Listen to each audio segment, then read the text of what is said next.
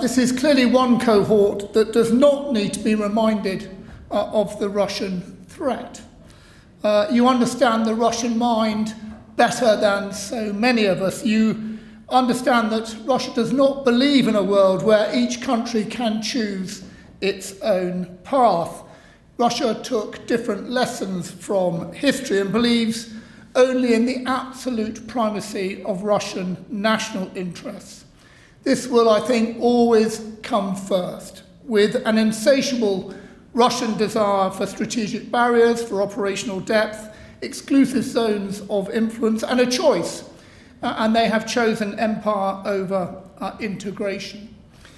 Even before 2014, even before the Russian war in Ukraine, it was often Poland who warned their NATO allies that Russia was working to divide the US from Europe, to divide Europeans amongst themselves, while simultaneously investing in modern military capabilities with the aim of establishing decisive military advantage over the European theatre. That's in conventional and in nuclear capability. And they demonstrated this on exercise Ocean Shield 2019. It was often Poland who reminded us that if a state loses on land, it loses the war, and that the alliance needed to relearn the forgotten art of realpolitik, power politics, and stiffen our political, military, and domestic defences considerably and quickly. And of course, Poland was right. And now NATO does have a new strategy for the deterrence and defence of the Euro-Atlantic area. And this strategy guides alliance peacetime deterrence activities, our military response in crisis, and our military operations to defend all allies at the strategic, operational, and tactical levels. And I'll come back to NATO later. You know, it's worth remembering in 2022, Putin believed that Russia was operating from a position of strength and trusting in our political and our military weaknesses. He started a war. And this was a war where the first battleground was Ukraine, but the strategic objective is nothing less than the West and the global security order. Yes, he intended to win quickly, not to be fighting some 642 days after the 24th of February. He miscalculated. And I think he may be frustrated by the instrument through which he has got to operate, but he is not looking to off-ramp. He's not looking to stop. I think he is now prepared to win slowly, regardless of the cost in blood and treasure, given, in his eyes, the value of the prize. Not just crushing Ukraine, but stopping EU and NATO expansion eastwards, shifting the balance of power in Europe's favour, and beginning the task of rebuilding the Russian empire. You know, war crimes, well, for Putin, this simply demonstrates that he cares more.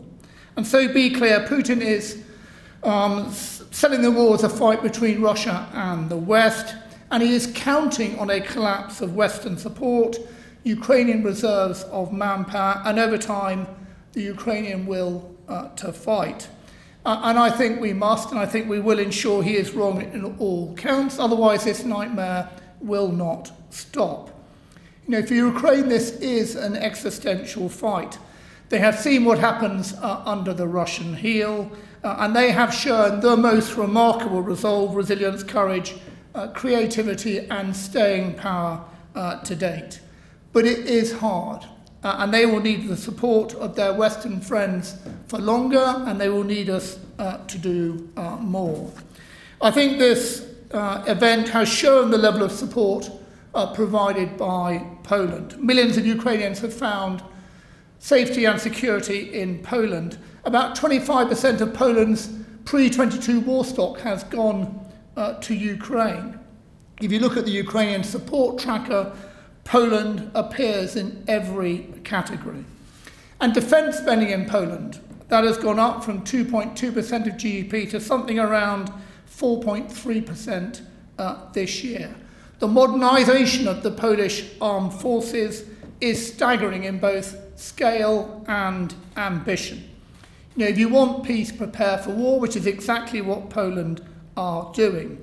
Over 1,000 main battle tanks, over 600 deep strike platforms, and a target of 6 divisions. The trick, of course, is taking all this military muscle and converting it into combat power, because combat power is what NATO needs. Now, I think that NATO is generally pretty poorly understood in the UK, and this is a great pity.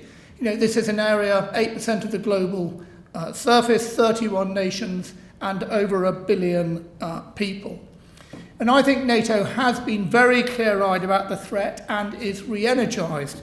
NATO has rediscovered its strategic purpose. And collective defence is once more the name of the game.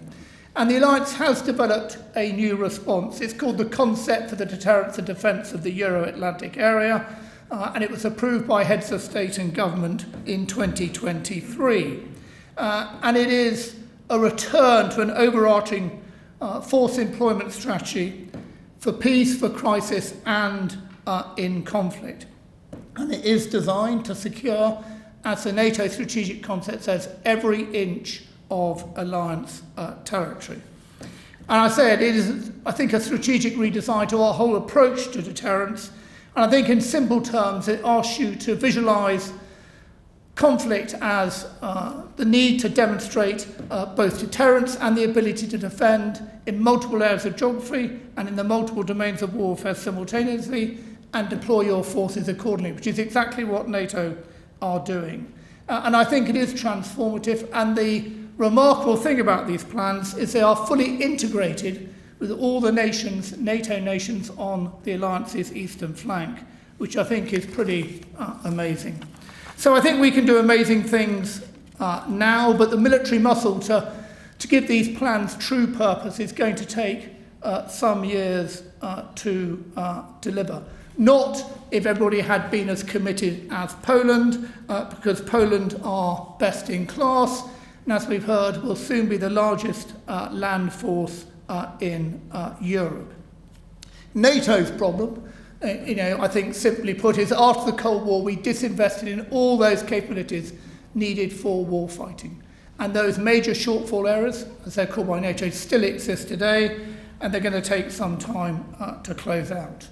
So this is a war that Ukraine cannot afford to lose. It's a war that Russia believes it must win. So at the moment there is no room for diplomacy. So how will it end? Well, I don't think quickly. We will see a drumbeat of offensives and counter-offensives, accompanied by the sort of deep strikes we've seen in the last few days. 76 Shahed drones launched against Kiev on the night of the 24th, 25th. We will see marginal gains and losses in terms of geography. We will see significant casualties on both sides. But in this period, it must be up to the West to strengthen Ukraine. And I do think Ukraine's Achilles heel is Western staying power. And I think if the West seeks short-term political relief by trying to force some form of diplomatic solution on Ukraine, then we will pay a very significant strategic price in the future. Russia will come again to cut Ukraine off from the sea. It will come again to take Moldova, Georgia, and then, if it grows overconfidence, probably the Baltic nations. So I think it is up to Poland and the UK to draw a line in the sand and say enough is enough and make sure that Ukraine wins. A final point, on the train down, I looked up what Churchill said about this. I'm going to slightly misquote him in history, but he said, yes, the Russians are compelled to obedience. But if Russia is to be saved, as I pray she may be saved, she must be saved by Russians. It must be by Russian manhood and Russian courage and Russian virtue that the rescue and regeneration of this once mighty nation alone can be achieved. I agree, the trick is how do we make it happen? Thank you.